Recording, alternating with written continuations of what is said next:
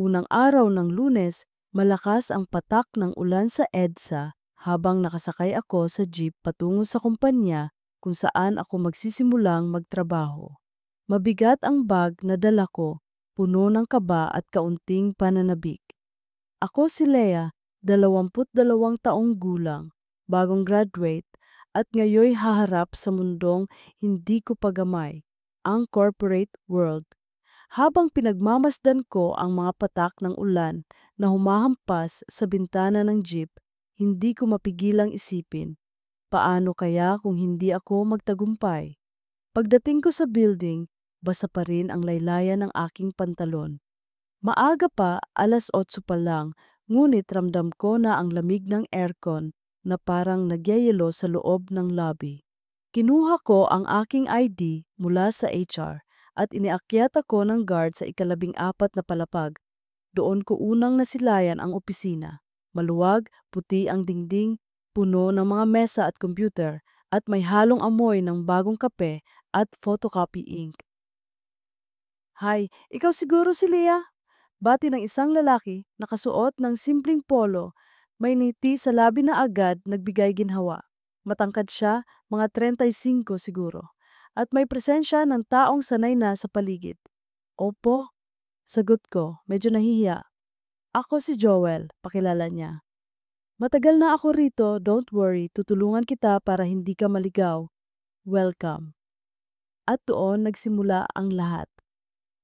Sa unang linggo ko sa trabaho, si Joel ang naging gabay ko. Siya ang nagturo kung paano gumamit ng sistema ng kumpanya, kung paano kausapin ang mga kliyente, at kung paano mag-adjust sa mahigpit na deadline. Lagi siyang may baong biro na nakakapagpawala ng kaba. Relax ka lang, madalas niyang sabi. Lahat tayo dumaan dyan. Mabilis kaming naging magka-close. Kapag lunch break, madalas kaming sabay kumakain sa pantry. Nagkukwento siya tungkol sa mga nakakatawang pangyayari sa opisina, mga project na muntik nang sumablay, at mga simpleng bagay tungkol sa buhay niya. Hindi niya tinatago na may asawa at anak siya, si Mia na guro sa isang elementarya at si Aaron na 5 taong gulang pa lang. Tuwing binabanggit niya ang pamilya niya, napapangiti siya at ako na may nakikinig lang, nagsasabi ng ang swerte naman nila o ang bait mo sigurong tatay. Ngunit sa hindi ko maipaliwanag na dahilan, bawat kwento niya ay lalong naglapit sa akin. May mainit na parte sa dibdib ko na sumisibol kahit pa alam kong mali. Biyernes ng gabi, matapos ang isang linggong puno ng trabaho, biglang bumuhos ang ulan. Lea, wag ka nang umuwi muna, sabi ni Joel habang nakasilip kami sa bintana ng opisina. Sobrang lakas, baka abutin ka ng baha. Okay lang, sanay naman ako. Tugon ko, ngunit kita ko sa kanyang mukha ang pag-aalala. Maghintay ka na lang dito. May brownout din yata sa ilang parte ng Maynila. At least dito may ilaw. Ngumiti ako. Sige, kung ganon. Nagpaiwan kami sa opisina. Unti-unti, kumupas ang liwanag ng lungsod sa labas. Ang tanging naroon ay ang ugong ng ulan sa bubungan at ang mahihinang kidlat na gumuguhit sa langit. 8:00 na ng gabi, kami na lang dalawa ang natira sa palapag. Nagpainit siya ng kape sa pantry. Eto, baka ginawin ka, alok niya.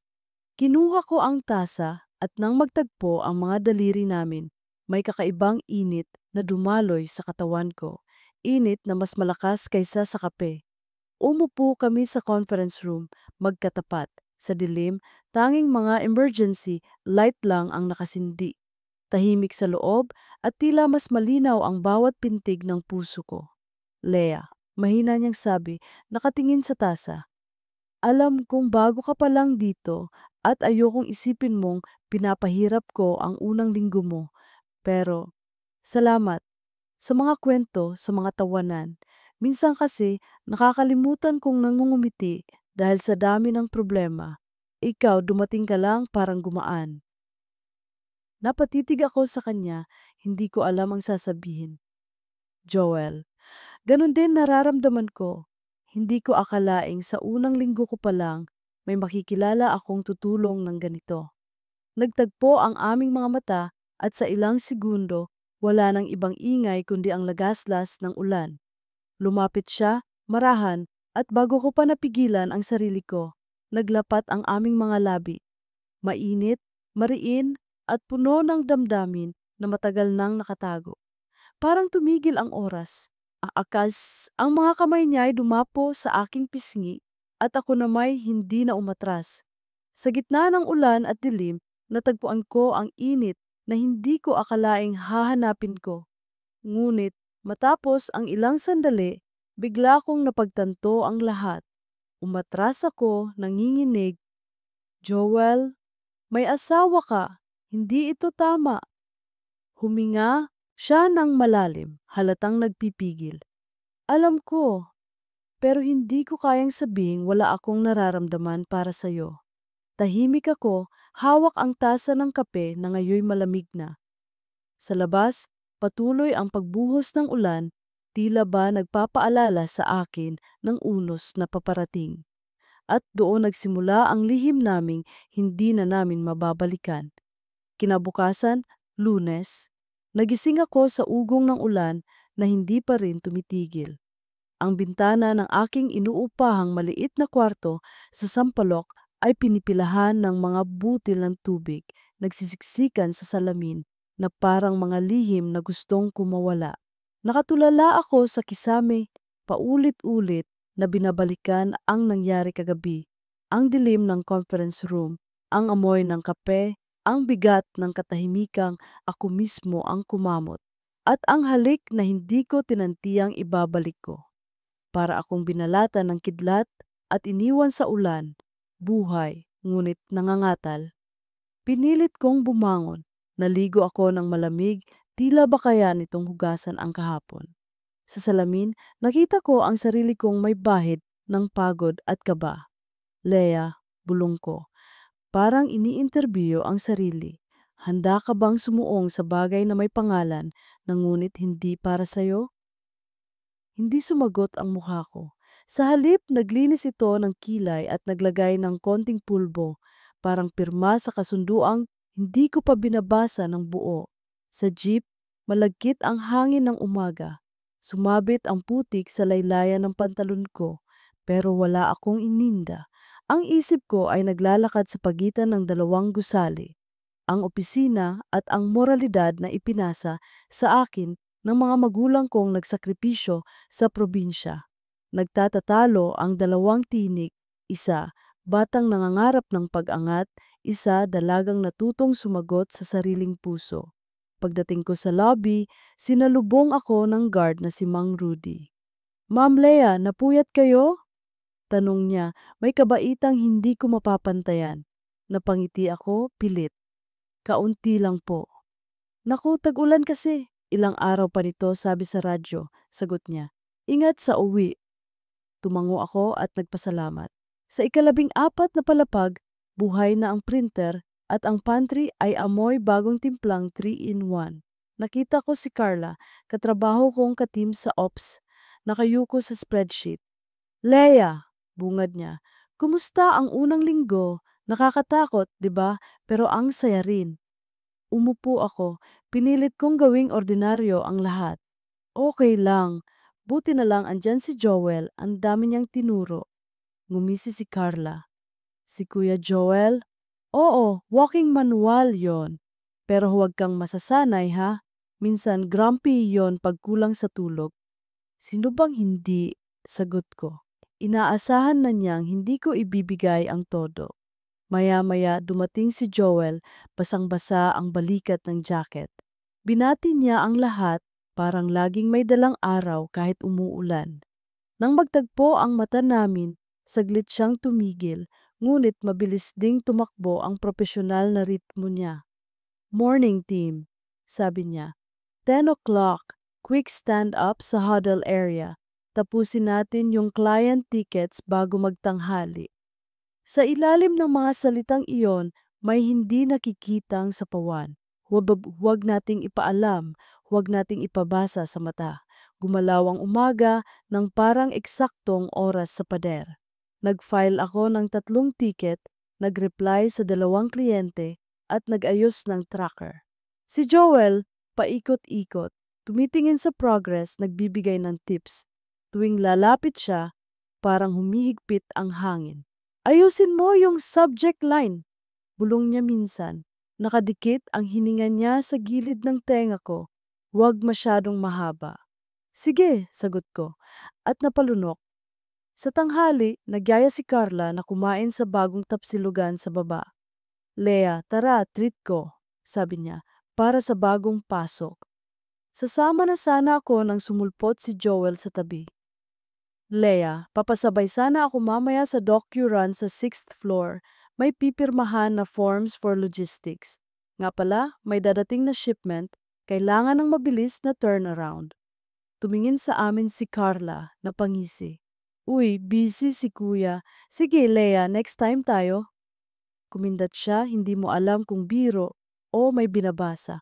Sige, sagot ko, at sa loob-loob ko, isang maliit na kaba ang lumundag. Pag-akyat namin sa ika-6 na palapag, makulimlim ang hallway. Amoy papel at toner. Naghanap kami ng pirma ni Sir Walter, naghintay sa bench, at doon nakahanap ng puwang ang katahimikan. Leia, mahina niyang sabi, may pagod at pakiusap sa boses. Tungkol sa kagabi, itinaas ko ang palad ko, pinigil. Alam ko, hindi na natin uulitin. Napatingin siya, masakit at mapagpig, Kaya mo ba? Lumingon ako sa bintana. Kitang-kita ang lungsod, basa, buhay, at walang pakialam sa mga tulad naming nagkakandara pa sa pagitan ng tama at damdamin. Hindi ko alam. Tapat kong sagot. Ang alam ko lang, ngayong umaga, kailangan kong tapusin ang mga tickets. Dumating si Sir Walter, pinirmahan ang papeles.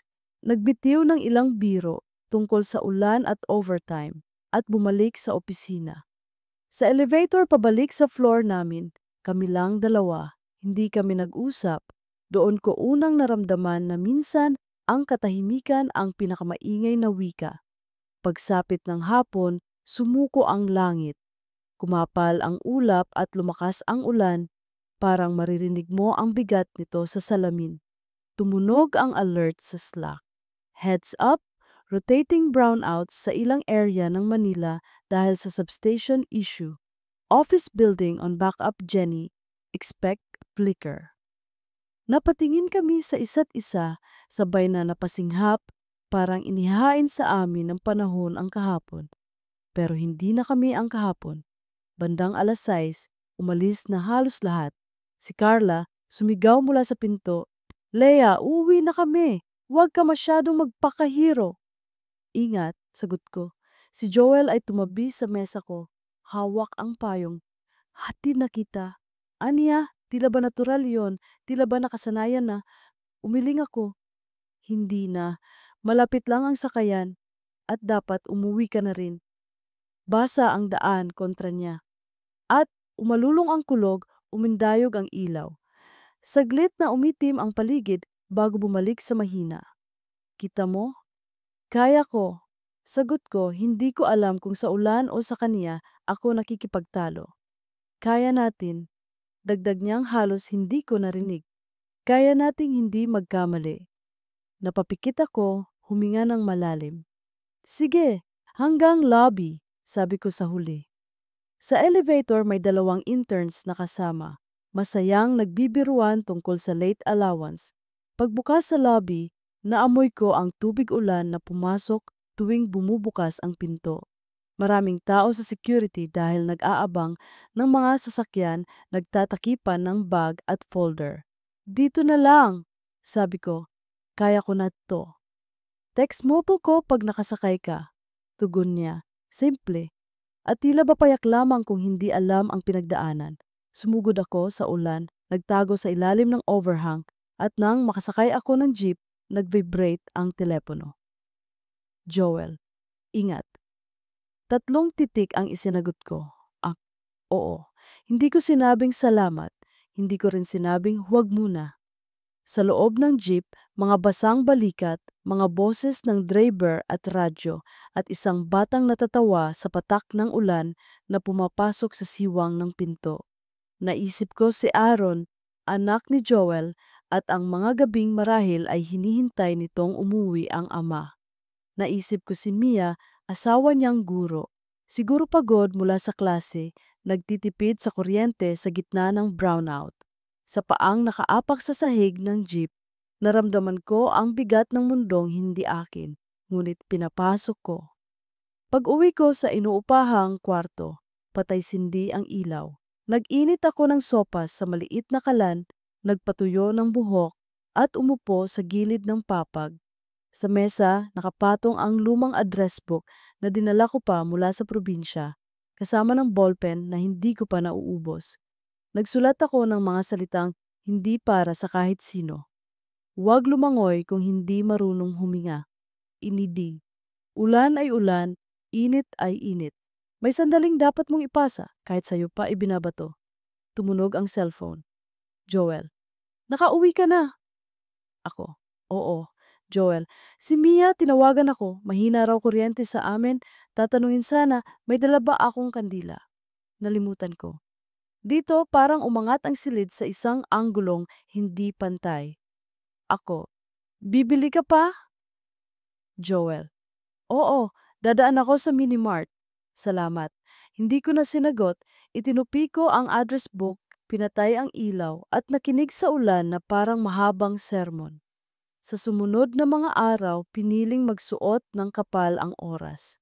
Maingat kaming naglakad sa pagitan ng propesyon at lihim. Parang dalawang akrobatang walang safety net. Sa umaga, mga email at stand-up.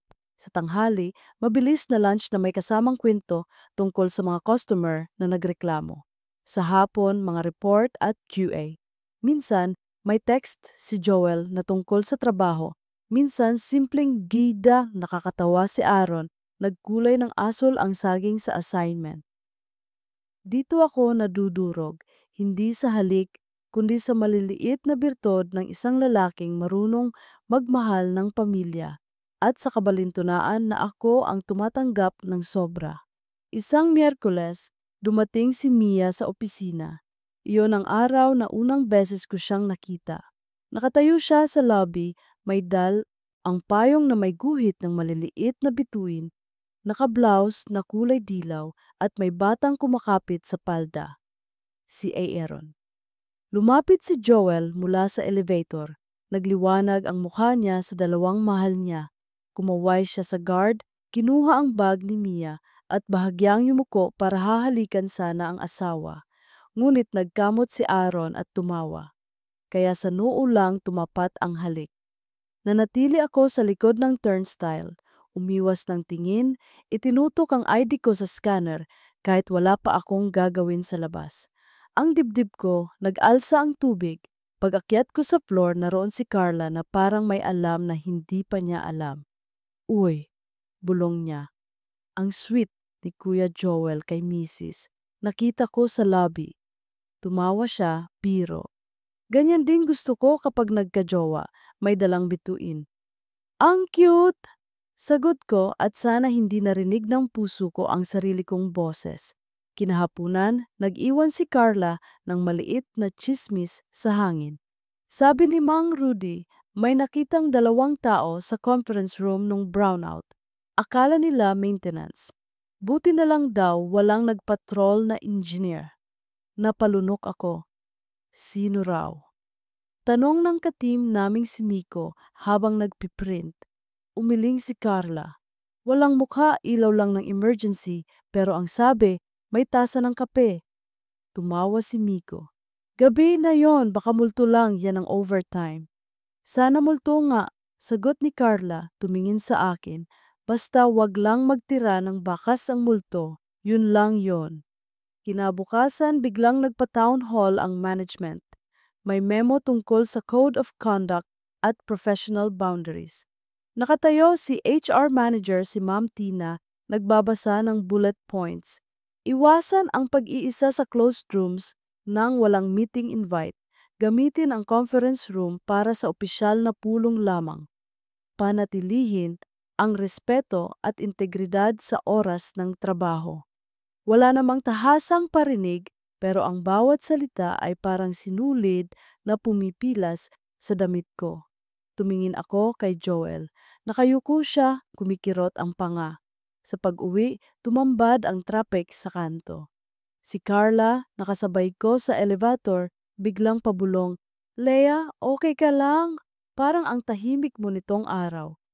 "Pagod lang," sagot ko. "At baka inaantok." "Sige, aniya, tulog ka ng maaga, sa ulan na ganito, madali tayong nagkakasakit." Nagpaalam siya, sumakay sa tricycle at nawala sa dilim. Ako naman, naglakad, piniling damhin ang buhos. Sa ilalim ng waiting shed, may lalaking nagtitinda ng payong. Pumili ako ng kulay abong payong na walang disenyo. Sa pagitan ng dalawang bus, tumawid ako at sa dulo ng kalsada sumakay ng jeep. Tumunog ang cellphone, "Joel, pwede ba tayong mag-usap? Saglit lang, labi lang."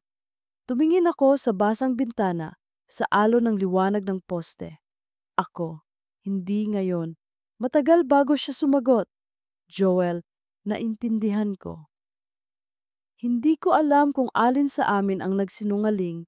Lumipas ang 1 linggo ng ganito. Maingat na distansya, ingat sa mga salita, halos walang pribadong mensahe. Sa pang-11 araw matapos ang halik na iyon, Sabado, nagpa-overtime ang team dahil may nahuling shipment. Sumama ako, kasama sina Carla at Miko. Maaliwalas ang tanghali, bagaman naghahanda na naman ang ulap. Habang nag-aayos kami ng inbound sheet, dumating si Joel galing warehouse, may hawak na thermal printout at bola ng mga resibo. "Good job!" sabi niya, formal. "Konti na lang to." 5:00 natapos na, nagpasya si Carla na magyosi sa rooftop. "Leia, akyat tayo sandali," yayan niya. "Gusto ko lang huminga." Sumunod ako, si Miko naiwan sa baba. Sa rooftop, malamig ang hangin, may amoy ng alon kahit malayo ang dagat. "Ang ganda ng Maynila pag ganito," sabi ni Carla, humihit-hit. Muling humahampas ang hangin sa mukha niya. "Pero delikado rin, madaling maligaw." "Maraming ilaw," biro ko. "Dapat mas madaling makakita ng daan." "At marami ring anino," sagot niya, tinitigan ako. "Leia, alam kong hindi ako dapat makialam, pero ingat ka." "Ingat saan?" Balik ko nagkunwaring hindi batid. "Sa ulan," wika niya, pinatay ang yosi. "Kasi, pag mainit ang tag-ulan, nagkakaroon ng bahang hindi agad humuhupa." Pagbaba namin pahapon na, nilagay ko ang bag sa mesa ko, kinuha ang wallet, at nagpaalam sa lahat. Si Joel may kinakausap sa telepono. Narinig ko ang bahagyang piraso ng usapan. "Oo, Mia. Pauwi na rin. Oo, bibili ako ng gatas ni Aaron." May isang sandali na gusto kong lumapit at sabihin na mauna ka na. Pero ano ang karapatan ko? Bumaba ako sa lobby. Sa harap ng security desk, may nakapatong na 2 sobre, nakapangalan sa akin at kay Joel magkatabi. "Ma'am Leah." Tawag ni Mang Rudy. "Iniwan niya ng rider kanina. Wala namang sender." "Salamat po," sagot ko. Buksan ko sana sa taxi pero nagpaulan na naman ng malakas kaya nagtago ako sa gilid at sinilip ang loob. May iisang larawan na nakaprint mula sa CCTV angle. Silhouette ng 2 tao sa conference room sa gitna ng brownout. Malabo, pero madaling kilalanin kung may gusto kang paniwalaan. Sa ilalim ng print, may nakasulat na pentel pen. "Alam ng ulan ang lihim ninyo." Nalaglag ang dibdib ko. Mabilis kong isinara ang sobre at napalingon. Walang nakatingin, ngunit pakiramdam ko hinuhubaran ako ng pader. Piniga ko ang papel, isinuksok sa bag at sumakay ng taxi. Sa salamin ng pinto, nakita ko si Joel na kakababa lang ng elevator. Hawak ang kaparihong sobre, nakakunot ang noo, nakatingin sa paligid na parang hinahanap ang hindi niya mahanap. Sa loob ng taxi, humahalo ang aspalto at ilaw. Binuksan ko ang bintana at ang amoy ng ulan ay parang sulat na hindi ko maubos basahin. Tumunog ang cellphone. Unknown number. Leia? Boses ng babae, kalmado, maiksi. Sino to? Tanong ko. Walang pansamantalang tugon sa kadahan-dahan. Ako si Mia. Hindi agad umandar ang bibig ko. Ma'am? Mahina kong sagot, napalunok. Pasensya na kung istorbo. Patuloy niya mahinahon. Nakita ko ang pangalan mo sa team photo sa page ng kumpanya. Gusto ko lang itanong kung maayos ba ang mga overtime ninyo nitong mga gabi. Sumiklab ang kuryente sa pagitan ng mga salita. Opo. Ma'am, trabaho lang po. Trabaho lang? Ulit niya at sa paraang iyon parang tinimbang niya ako sa dulo ng bawat titik. Kung ganon, salamat sa pag-aalaga sa asawa ko sa oras ng bagyo. Sana sa susunod, sabihin mo sa kanya na umuwi agad, may batang naghihintay. At bago ako makapagsalita, pinatay niya ang tawag. Dumating ako sa inuupahang kwarto na nanginginig. Binuksan ko ang bag, hinugot ang sobre, at itinuping muli ang larawan hanggang sa halos basagin ko ang hibla ng papel. Sa labas, rumaragasa ang ulan. Sa loob, buwabaha ang hiya. Sa ibabaw ng mesa, nakalagay pa rin ang address book. Kinuha ko ang ballpen at nagsulat ng pangungusap na ngayon ko lang nagawang buuin. Kapag ang bagyo ay pumasok sa bahay na hindi sayo, hindi ikaw ang inuulan, ikaw ang kidlat. Pumuwesto ako sa gilid ng papag, tumitig sa kisame at doon ko naramdaman ang pagod na hindi dulot ng trabaho. Sa unang linggo pa lang, naligaw na ako. Sa pangalawang linggo, may nakakita na. Sa ikatlong linggo, baka hindi na ulan lang ang tatama sa amin. Tumunog muli ang cellphone, isang mensahe mula sa unknown. May kopya si Mia. Sinundan ito ng isa pang text mula kay Joel. Leia, kailangan nating mag-usap bukas. Huwag dito. Huwag sa opisina. Sa pagitan ng dalawang tunog na iyon, sumingit ang kulog at sumindi ang ilaw bago muling kumurap. At sa bawat kisap ng ilaw, para bang binibigyan ako ng mundo ng huling tanong. Kung sa tag-ulan, nag-init ang puso ko, handa ba akong tanggapin ang unos na kapalit? Linggo ng umaga, mahina pa ang ulan, ngunit malinaw na hindi pa tapos ang bagyo. Nakaupo ako sa gilid ng papag, hawak ang cellphone na paulit-ulit kong binabasa.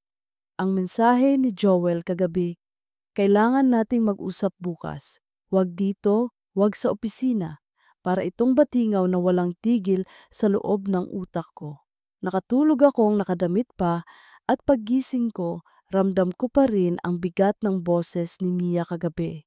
Nag-init ako ng kape sa maliit na kalan, pero kahit nilagyan ko ng maraming asukal, mapait pa rin ang lasa. Tinitigan ko ang pader, pinakikinggan ang patak ng ulan sa bubong at paulit-ulit na tinatanong ang sarili. Dapat ba akong makipagkita? O dapat ko na bang putulin lahat bago pa maging sakuna? Ngunit sa dulo ng tanong, isang sagot ang lumilitaw, matigas. Gusto ko siyang makita.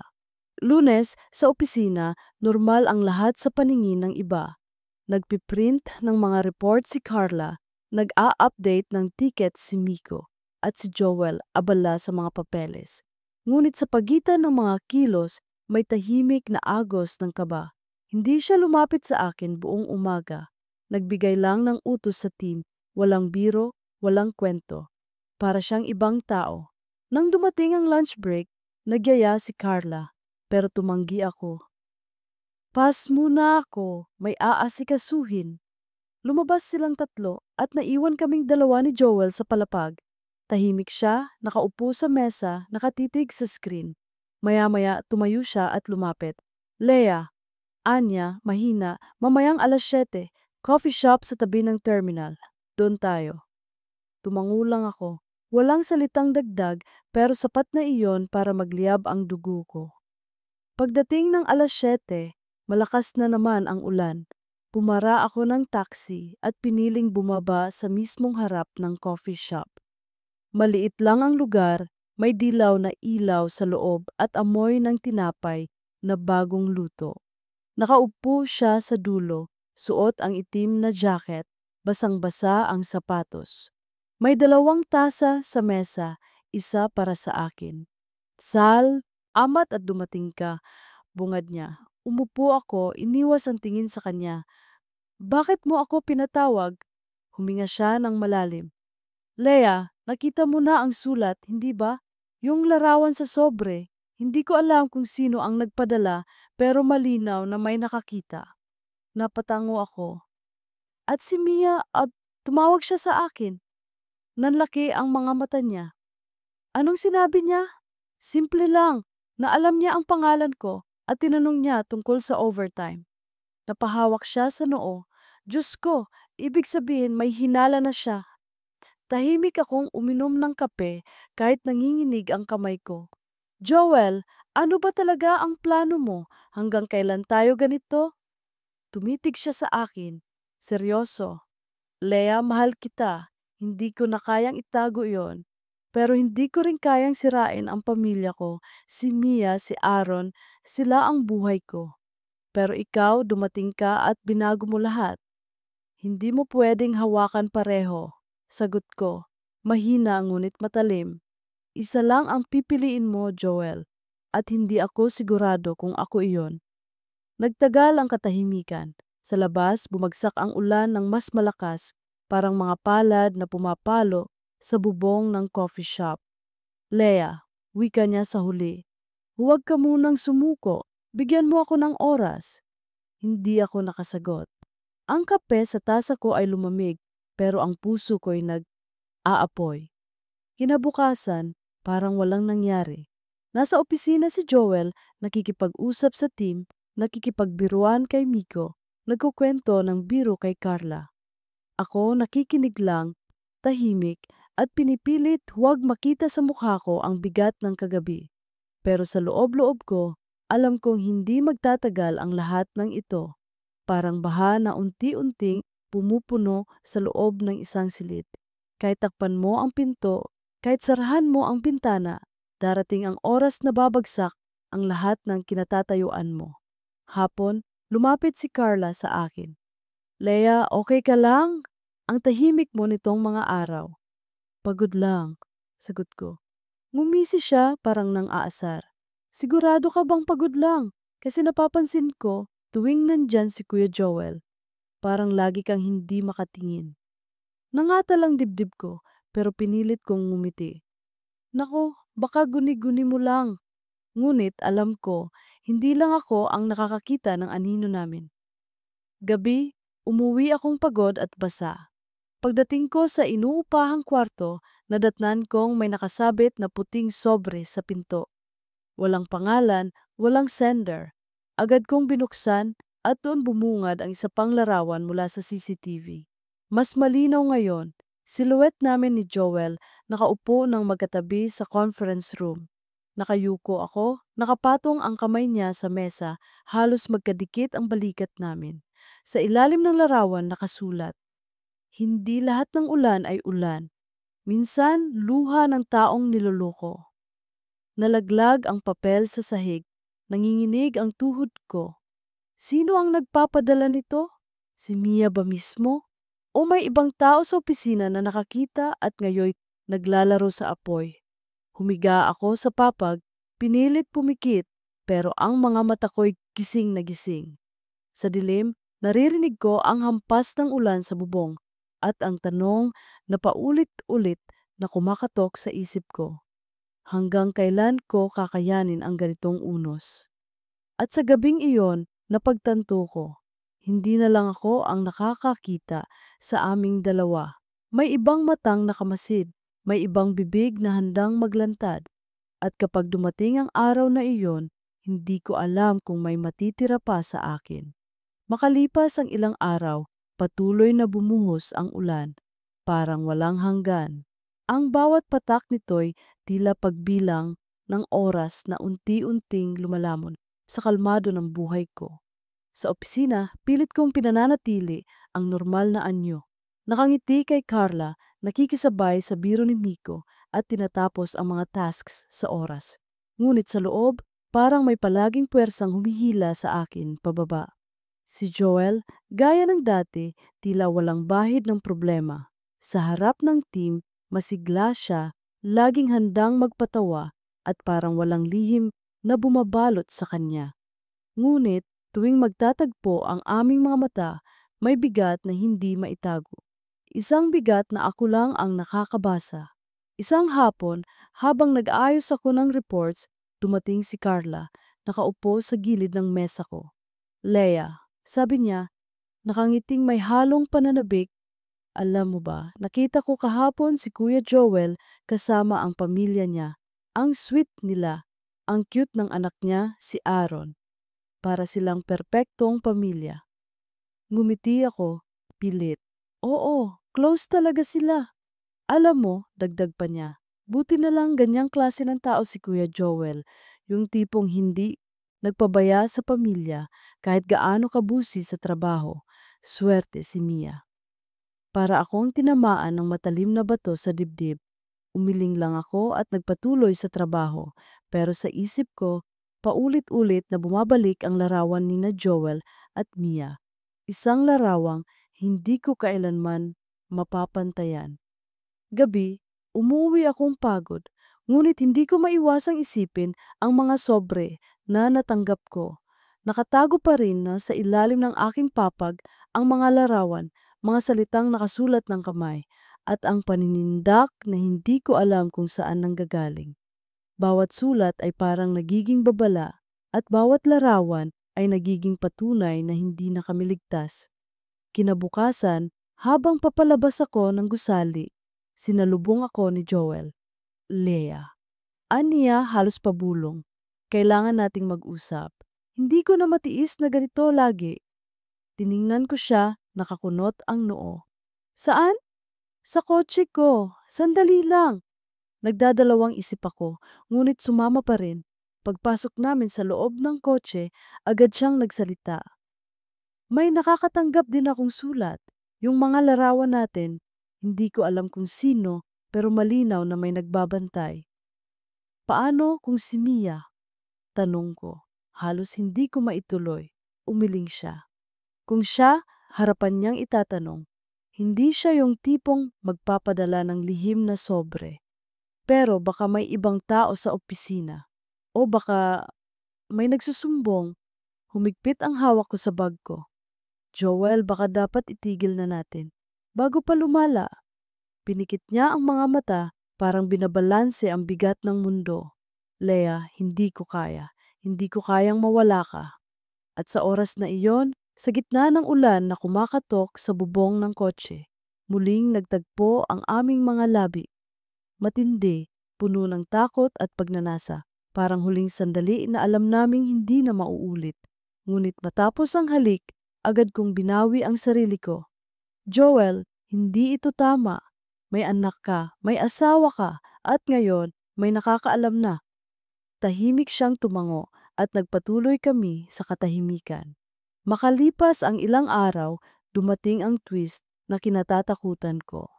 Habang nasa pantry ako, lumapit si Ma'am Tina mula sa HR. Leah, can I talk to you in my office? Sumama ako, kabadong-kabado. Pagpasok ko, naroon din si Joel, nakaupo, nakayuko. May mga papel sa mesa ni Ma'am Tina at sa ibabaw nito ang larawan mula sa sobre. May nakarating sa amin na anonymous complaint. Wika ni Ma'am Tina, seryoso ang boses. Hindi ko alam kung saan nanggaling, pero malinaw na hindi ito basta chismis lang.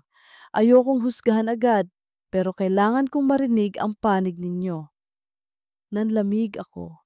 Hindi ako makapagsalita. Tumingin ako kay Joel at siya ang unang nagsalita. Maam, wala yan.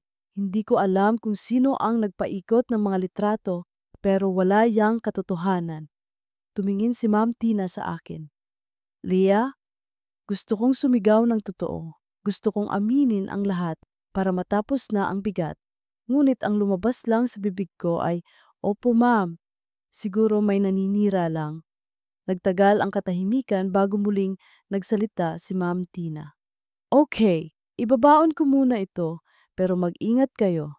Ang opisina ay may mga mata at tenga. Kung totoo man ito, tandaan ninyo. May mga batang nakataya. Umalis kami ni Joel, parehong tahimik, parehong nanginginig. Pag-uwi ko, hindi ako mapakali. Tiningnan ko ang sarili sa salamin at nakita ko ang babaeng hindi ko nakilala. Ang dating masayahin at puno ng pangarap, ngayoy nababalot ng kasinungalingan. Nagring ang cellphone ko. Mensahe mula sa unknown number na iyon muli. Hindi ako titigil hanggat hindi natatapos ang kasalanan ninyo. Nahulog ang cellphone sa sahig. Napaupo ako at napahawak sa dibdib. Sino siya? Bakit ganoon na lang ang galit? At paano ko tatapusin ang isang apoy na ako mismo ang nagsindi? Sa labas, tuloy ang ulan. Ngunit sa loob ng dibdib ko, may mas malakas na unos na hindi ko alam kung paano haharapin. At doon ko naramdaman, hindi na ito basta lihim lang. Isa na itong panganib. Isa na itong bagyong maaaring sumira, hindi lang sa akin, kundi sa lahat ng nasa paligid ko. Sumapit ang Biyernes ng gabi at gaya ng dati, hindi humupa ang ulan. Sa bawat patak nito, parang pinapaalala sa akin ang mga kasalanan kong hindi ko maikubli. Nasa kwarto ako, nakaupo sa gilid ng papag, hawak-hawak ang cellphone na kanina pa nanginginig dahil sa mga mensaheng dumarating mula sa unknown number. Kilala kita. Alam ko kung saan ka nakatira. Tigilan mo si Joel kung ayaw mong masaktan. Paulit-ulit, walang pangalan, walang mukha pero puno ng pananakot. Nababalot ng kaba ang dibdib ko. Kahit pinipilit kong paniwalain ang sarili na baka biro lang, malinaw na hindi ito ordinaryong pang-aasar. May tao talagang nakamasid. Kinabukasan, Sabado, nagpunta ako sa opisina kahit wala namang pasok. Kailangan kong tapusin ang ilang backlog at marahil hanapin ang katahimikan na hindi ko makita sa aking inuupahang silid. Ngunit pagdating ko sa palapag, naroon si Joel. Nakatayo siya sa harap ng kanyang mesa, nakasandal, parang kanina pa naghihintay. Leah, sabi niya, mabigat ang boses. Ako rin, nakakatanggap ng ganito. Inabot niya ang isang papel, print out ng litrato namin sa kotse, noong isang gabi ng ulan. Malabo, pero malinaw na kami iyon. Nanlumo ako. Joel, kailangan na nating itigil ito. Hindi na lang ito tungkol sa atin. May ibang nakakaalam at baka masira ang lahat. Tumitig siya sa akin, mariin. Alam kong delikado, pero Leah, hindi ko kayang mawala ka. Hindi ito simpleng pagkakamali lang para sa akin. Isa kang bagay na hindi ko matatakasan. Pamilya mo, Joel? Sagot ko, halos pabulong. Si Mia, si Aaron, paano kung sila ang masaktan? Tahimik siya. Ramdam ko ang bigat ng tanong, ngunit sa mga mata niya may apoy na hindi namamatay. Linggo, sinubukan kong magpahinga. Nagpunta ako sa simbahan, umaasang baka makahanap ng gabay. Umupo ako sa likod, nakikinig sa pari, ngunit sa bawat salita ng tungkol sa katapatan at pagsasakripisyo. Para bang tinutusok ako ng mga paniningin ng mga tao sa paligid. Tila ba alam nilang lahat ang lihim ko. Paglabas ko, malakas pa rin ang ulan. Tumawag si Joel. Pwede ba tayong magkita mamaya? Hindi ko na kaya ang ganitong katahimikan. Nagdadalawang isip ako pero pumayag. Saan? Tanong ko. Sa lumang rest house sa may Pasay, hindi masyadong dinadaanan ng tao. Doon tayo makakapag-usap. Gabi na nang pumunta ako. Ang rest house ay maliit, tahimik, halos wala ng bisita dahil sa lakas ng ulan. Pagpasok ko, naroon si Joel, nakaupo sa isang mesa, hawak ang tasa ng kape. May lungkot sa kanyang mukha, ngunit may galak ding makita ako. Leah, bungad niya, alam kong mali, alam kong hindi natin dapat pinasok ito. Pero sa tuwing iniisip kong tapusin, mas lalo lang akong natatakot. Natatakot na bumalik sa dati kong buhay na parang walang kulay. Umupo ako sa harap niya, tinitigan siya. Joel, hindi ko rin alam kung paano. Sa tuwing iniisip kong lumayo, parang lalo lang akong hinahatak pabalik. Pero hindi ba't mas lalo tayong malulunod kapag ipinilit natin ito? Nagtagpo ang aming mga kamay sa ibabaw ng mesa. Mainit, nanginginig, puno ng emosyon. At sa sandaling iyon, muling bumigay ang depensa ko. Lumapit siya, hinawakan ang aking pisngi at naglapat muli ang aming mga labi. Ngunit bago pa man kami tuluyang malunod sa init ng sandali, biglang bumukas ang pinto ng rest house. Isang babaeng basa ang buhok dahil sa ulan, may hawak na payong at titig na parang kidlat, si Mia. Joel, malamig niyang sabi, ito ba ang dahilan ng lahat? Para akong binuhusan ng yelo. Nanigas si Joel, hindi makagalaw.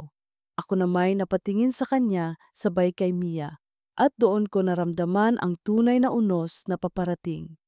Naglakad papalapit si Mia, mabagal ngunit puno ng bigat. Leia, tama ba? Ikaw ang babae? Hindi ko alam ang isasagot. Ang bibig ko'y natuyot at ang dibdib ko'y sumisigaw ng takot. Si Joel ang unang nagsalita. Mia, makinig ka muna. Ngunit pinutol siya ng asawa. Matagal ko nang nararamdaman, pero umaasa pa rin akong ako ang pinipili mo sa tuwing uuwi ka sa bahay. Joel, may anak tayo. Paano mo nagawa ito? Napatungo si Joel, wala nang maisagot. Ako na may napaluha. Mia, pasensya na.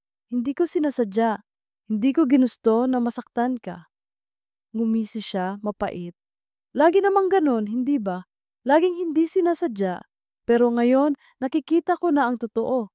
Lumabas siya ng rest house, iniwan kaming dalawa ni Joel sa gitna ng bagyong mas matindi pa kaysa sa ulan sa labas. At sa gabing iyon, alam kong wala nang ligtas na landas. Ang lihim naming itinago sa dilim ay tuluyan nang nabunyag at ang init ng tag-ulan ay nagbunga ng unos na hindi na namin kayang takasan. Pagkatapos ng gabing iyon sa rest house, hindi na muling naging tahimik ang mundo ko. Ang tinig ni Mia, malamig at puno ng sakit, ay paulit-ulit na umaalingaw-ngaw sa isip ko. Sa bawat patak ng ulan na pumapalo sa bubong ng aking inuupahang kwarto, naririnig ko ang mga salitang, "Iyon, Joel, may anak tayo. Paano mo nagawa ito?" Magdamag akong hindi nakatulog. Nang magbukang liwayway, tila mas mabigat ang katawan ko kaysa dati. Humarap ako sa salamin at ang babaeng nakikita ko roon ay hindi na si Leia na puno ng pangarap at saya noong unang linggo sa opisina. Siya ay Leia na nakakulong sa kasalanang hindi niya alam kung paano tatakasan. Lunes, pumasok ako sa opisina na parang wala sa sarili. Tahimik ako buong umaga at si Carla pa mismo ang nakapansin. Leia girl, ang tahimik mo. May sakit ka ba? Tanong niya. Napilitan akong ngumiti. Wala, medyo puyat lang. Ngunit nang magtama ang mga mata namin ni Joel sa kabilang mesa, doon ko muling naalala ang lahat. Nakayuko siya, walang imik, tila ba pinapasan din ang bigat ng mundo. Pagkatapos ng lunch, dumiretso ako sa banyo. Doon, sa harap ng salamin, pinakawalan ko ang mga luhang kanina ko pa pinipigilan. Hanggang sa marinig ko ang pagbukas ng pinto, si Mia. Hindi ko alam kung bakit naroon siya. Nakasuot siya ng simpleng blouse at bitbit ang maliit na payong.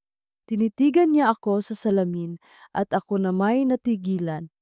Leia, wika niya, diretsyong tinig, walang pag-aatubili.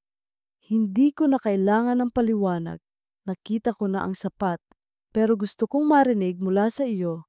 Mahal mo ba siya? Nanigas ako. Hindi ko alam kung paano sasagutin.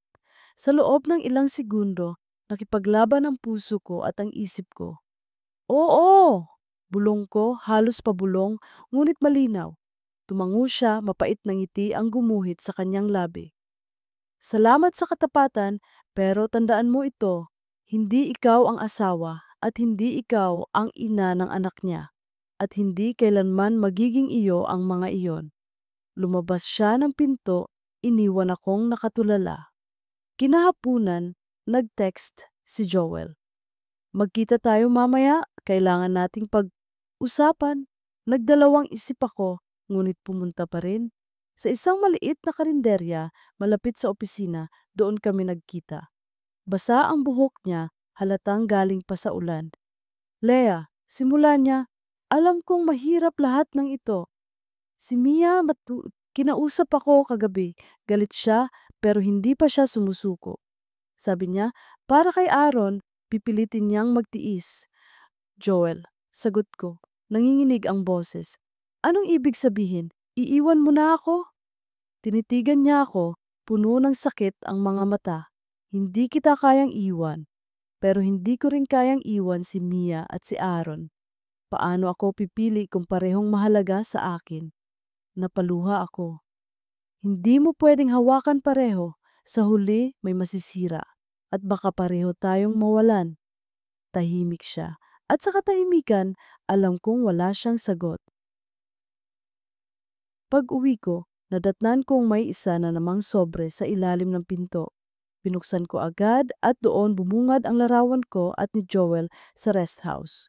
Mas malinaw ngayon at mas mapanganib. Sa likod ng papel nakasulat, saritan wala ng lihim na nananatili sa ulan. Nanginig ang katawan ko. Hindi ko alam kung sino ang nagmamanman, pero malinaw na hindi na ito simpleng pananakot.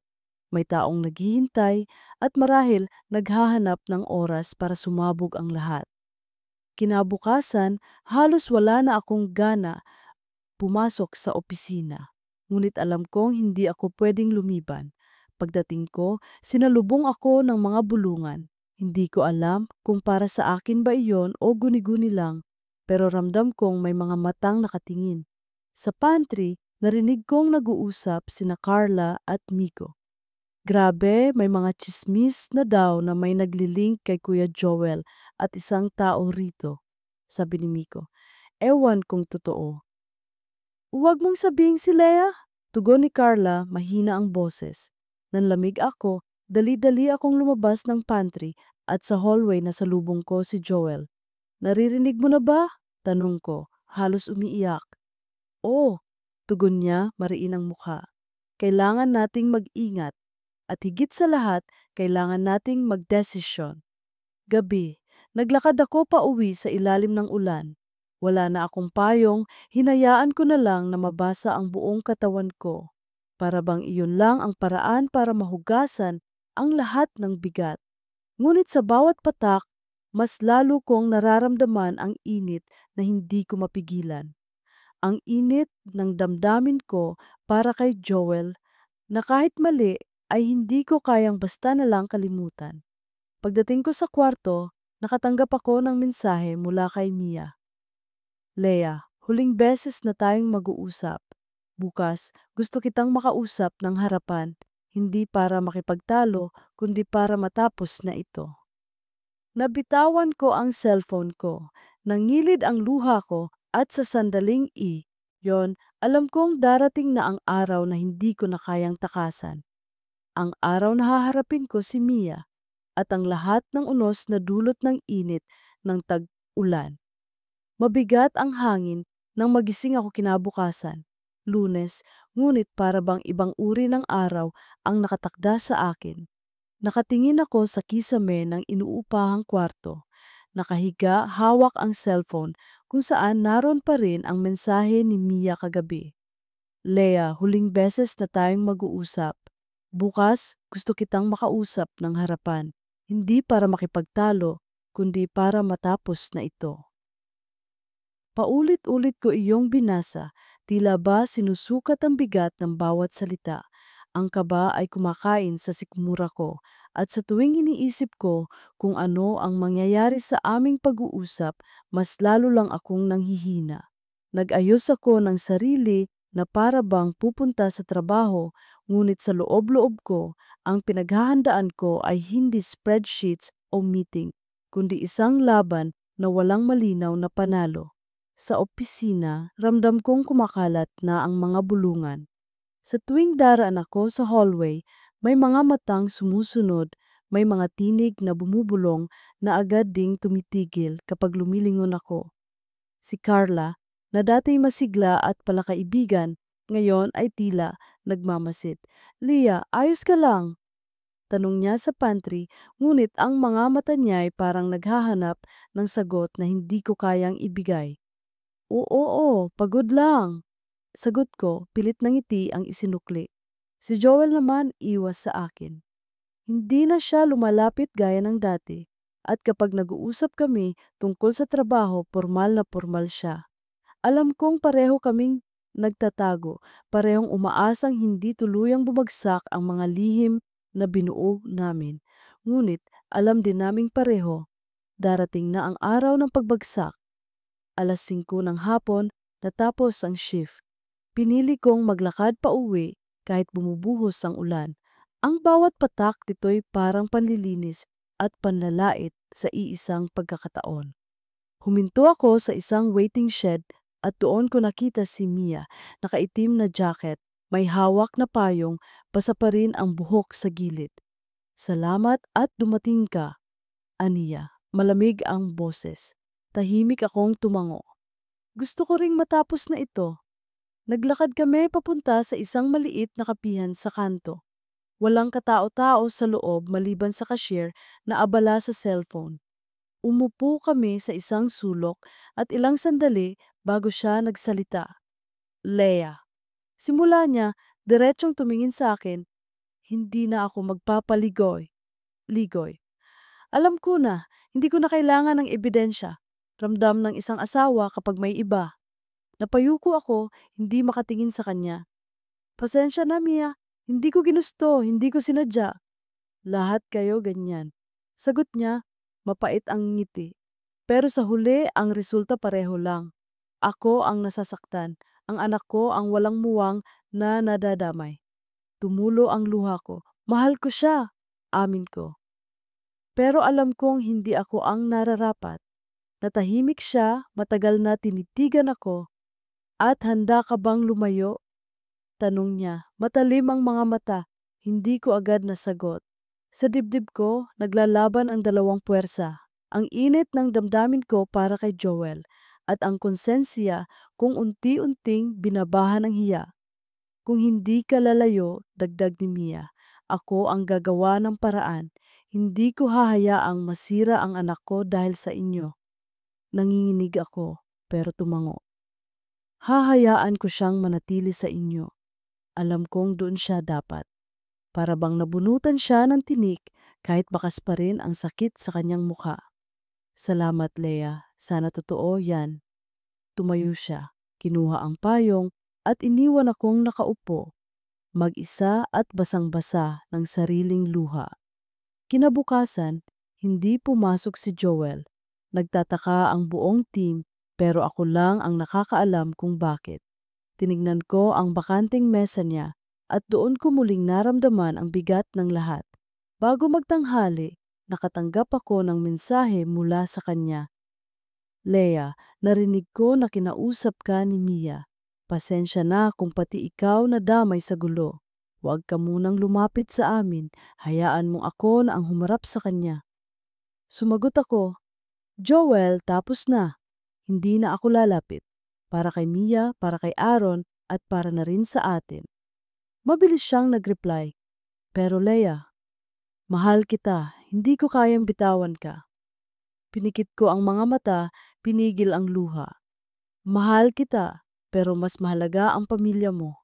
At wala akong karapatan na agawin iyon. Wala na siyang sinagot pagkatapos. Sa mga sumunod na araw, pinilit kong maging normal. Nagtrabaho ako, nakisabay sa mga biro ni Carla at Miko, at inang tahimik. Ngunit gabi-gabi, hindi ako makatulog. Sa bawat sulyap sa kisame, naalala ko ang mga mata ni Joel, ang init ng kanyang halik at ang apoy na muntik ng sumunog sa lahat. Isang gabi, habang umuulan, tumunog ang cellphone ko. Numero ni Joel, nanginginig ang kamay kong sinagot iyon. Leah, mahina niyang sabi, parang lasing sa lungkot, wala na akong magawa. Si Mia tahimik pero malamig. Si Aaron Parang wala nang sigla kapag kasama ako. Pakiramdam ko, unti-unti akong nawawala. Joel, sagot ko, umiiyak. Kaya mong ayusin yan. Pero hindi na kasama ako. Kailangan mong piliin sila. Pero paano ako? Tanong niya desperado. Sino ang pipili sa akin? Natahimik ako at sa pagitan ng kulog at kidlat, ang sagot na lumabas sa bibig ko ay isang bulong. Piliin mo ang sarili mo. Dahil sa huli, doon magsisimula ang lahat. Makalipas ang ilang araw, dumating ang isang malaking pagbabago. Inanunsyo ng HR na si Joel ay magli-leave indefinitely. Wala pang malinaw kung kailan siya babalik. Tahimik ang lahat, pero ramdam ko ang mga tingin ng mga kasamahan naming may mga tanong na hindi nila mabanggit. Ako na may nakaupo sa mesa ko, tahimik. At sa unang pagkakataon matapos ang ilang linggo, nakahinga ng maluwag, wala na ang araw-araw na kaba ng pagkikita. Wala na ang apoy na patuloy na nagpapasunog sa akin. Ngunit kasabay nito, naroon pa rin ang lungkot ng isang pusong pumili na bumitaw kahit mahal. Isang gabi, habang umuulan pa rin, naglakad ako sa kalsada pauwi. Sa bawat patak ng ulan, naramdaman kong unti-unti akong nililinis. Oo, may sugat pa rin, may bakas ng apoy, ngunit sa ilalim ng tag-ulan, natututo akong huminga muli. At sa loob-loob ko, isang tanong ang bumabalik. Kapag natuyo na ang langit, mananatili pa kaya ang init na minsan naming tinaglay? O baka naman, tulad ng ulan, mawawala rin ito sa lupa at matutuyo, iniwan ang alaala ngunit hindi na babalik. Habang nakatanaw sa ilaw ng poste na binabasa ng ulan, alam kong hindi ko pa alam ang sagot, ngunit malinaw ang isa, darating ang araw na matututunan kong magpatuloy. Kahit dala ang lahat ng sugat ng isang bawal na pagmamahalan. Makalipas ang ilang linggo, unti-unting humina ang ulan sa lungsod. Ang mga kalsadang dati laging binabaha, nagsimulang matuyo at ang mga taong sanay na sa madilim na kalangitan ay muling nakakita ng araw. Ngunit sa puso ko, tila hindi pa rin natatapos ang tag-ulan. Kahit wala na si Joel sa opisina, kahit tumigil na ang mga lihim na sobre at mga mensahe mula sa unknown number, ang bigat na iniwan ng lahat ay naroon pa rin. Isang Lunes ng umaga, dumating ako sa opisina at sinalubong ako ni Carla. Leia, bati niya masigla. Good news. Magbabalik na raw si Kuya Joel next month. Official daw, approved na ang leave niya. Natigilan ako. Sa isang iglap, bumalik ang mga alaala, ang mga gabing sabay naming hinarap ang ulan, ang init ng kanyang mga kamay, at ang halik na nagbukas ng pintuan sa apoy na muntik nang sumira sa akin. Pero sa kabilang banda, bumalik din ang mukha ni Mia sa rest house. Ang mga matang puno ng galit at sakit. At higit sa lahat, ang inosenteng tawa ni Aaron na narinig ko minsan sa telepono ni Joel. Ah, tugon ko, pilit ng ngiti. Good for him. Ngumiti si Carla, walang alam sa bigat ng sinabi niya. Ngunit sa puso ko, para akong sinuntok ng isang tanong, handa na ba akong harapin siyang muli? Lumipas ang mga araw, pilit kong itinuloy ang normal na buhay. Nagtrabaho ako, nagbigay ng output sa oras, nakisabay sa mga kasamahan, at kapag weekend, umuwi ako sa probinsya para bisitahin ang pamilya ko. Sa tuwing nasa bahay ako ng mga magulang ko, ramdam kong doon ako muling humihinga. Nakikita ko ang mga kapatid kong mas bata, nag-aaral pa, at naaalala ko kung bakit ako lumuwas sa Maynila. Para magkaroon ng mas magandang kinabukasan, para makatulong sa kanila. Ngunit, tuwing bumabalik ako sa lungsod, hindi ko maiwasang isipin si Joel. Sa jeep, sa MRT, sa bawat patak ng ulan na bumabagsak sa bintana ng apartment, palaging bumabalik ang kanyang ngiti. At kasabay nito, palaging bumabalik ang hiya. Isang gabi, nag-text si Joel. Una kong nakita ang pangalan niya sa screen at ilang segundo akong natigilan bago binuksan. Leia, salamat at pinakinggan mo si Mia noon. Ngayon, unti-unti naming inaayos ang pamilya namin. Mahirap, pero para kay Aaron, sinusubukan naming muling magsimula. Gusto ko lang magpasalamat sa iyo kahit hindi ito sapat. Matagal bago ako nakasagot. Nakatingin ako sa mga salita, nanginginig ang mga daliri ko. Sa huli, sumulat ako ng maikli. Salamat, Joel. Masaya ako para sa inyo. Ingatan mo sila. Hindi na siya muling nag-reply. At sa katahimikan na iyon, alam kong iyon na ang huling pahina ng kwento naming dalawa. Sa opisina, dumating ang araw ng pagbabalik niya. Dumating siya isang umaga, nakapolo at mukhang mas payat, ngunit may ngiti sa labi. Nagbigay siya ng pasalubong, pastries mula sa isang maliit na panaderya na binisita raw nila ni Mia. Pinagkaguluhan siya ng team, tuwang-tuwa na muli nilang kasama ang veteranong palaging nagbibigay ng gabay. Ako, nakaupo sa sulok, nakikinig lang. At nang magtagpo ang aming mga mata, saglit siyang ngumiti. Isang ngangiting puno ng pasasalamat, ngunit walang halong apoy. Nginitian ko rin siya at iyon ang unang beses na hindi na sumakit ang dibdib ko. Lumipas pa ang mga buwan. Natutunan kong magpatawad hindi lang kay Joel, kundi higit sa lahat. Sa sarili ko, oo, nagkamali ako. Oo, muntik kong sirain ang buhay ng isang pamilya, pero sa kabila ng lahat, natuto akong bumitaw. Nagpatuloy ako sa trabaho at unti-unting nga nakilala bilang isa sa mga masipag na bagong empleyado. Si Carla at Miko naging malapit na rin sa akin at sa bawat biruan natutunan kong muling nangumiti nang walang bigat sa dibdib. Isang hapon, habang nag-aayos ng mga reports, tinapik ako ni Carla. Leia, tara, mag-apply tayo sa leadership training. Ang galing mo naman, sayang kung dito ka lang sa desk. Napangiti ako, noon baka hindi ko ma-imagine ang sarili kong may mas malawak na landas. Pero ngayon, naramdaman kong may bago akong direksyon. Sa labas ng bintana, muling bumuhos ang ulan. Ngunit sa pagkakataong ito, hindi ko na naramdaman ang parehong init na minsang nagdala sa akin ng ligaw na daan. Sa halip, ramdam ko ang lamig nito na tila naghuhugas sa akin, nagpapalinis sa mga sugat na iniwan ng nakaraan. Tumayo ako, lumapit sa salamin, at pinanood ang mga patak na dumarating at nawawala. Naalala ko ang unang linggo ko sa kumpanya, ang kaba, ang pananabik, at ang apoy na sumiklab sa maling oras. Naalala ko rin ang mga gabing halos hindi ako makahinga sa bigat ng aking lihim. Ngayon, habang nakatanaw sa ulan, isang bagay lang ang malinaw, natapos na ang unos. At kahit may mga bakas na iniwan ito, natutunan kong magpatuloy, maghilom at muling bumuo ng sarili. Pag-uwi ko, tumingin ako sa langit. Madilim pa rin, puno ng ulap, ngunit sa malayo may bahagyang liwanag na sumusilip.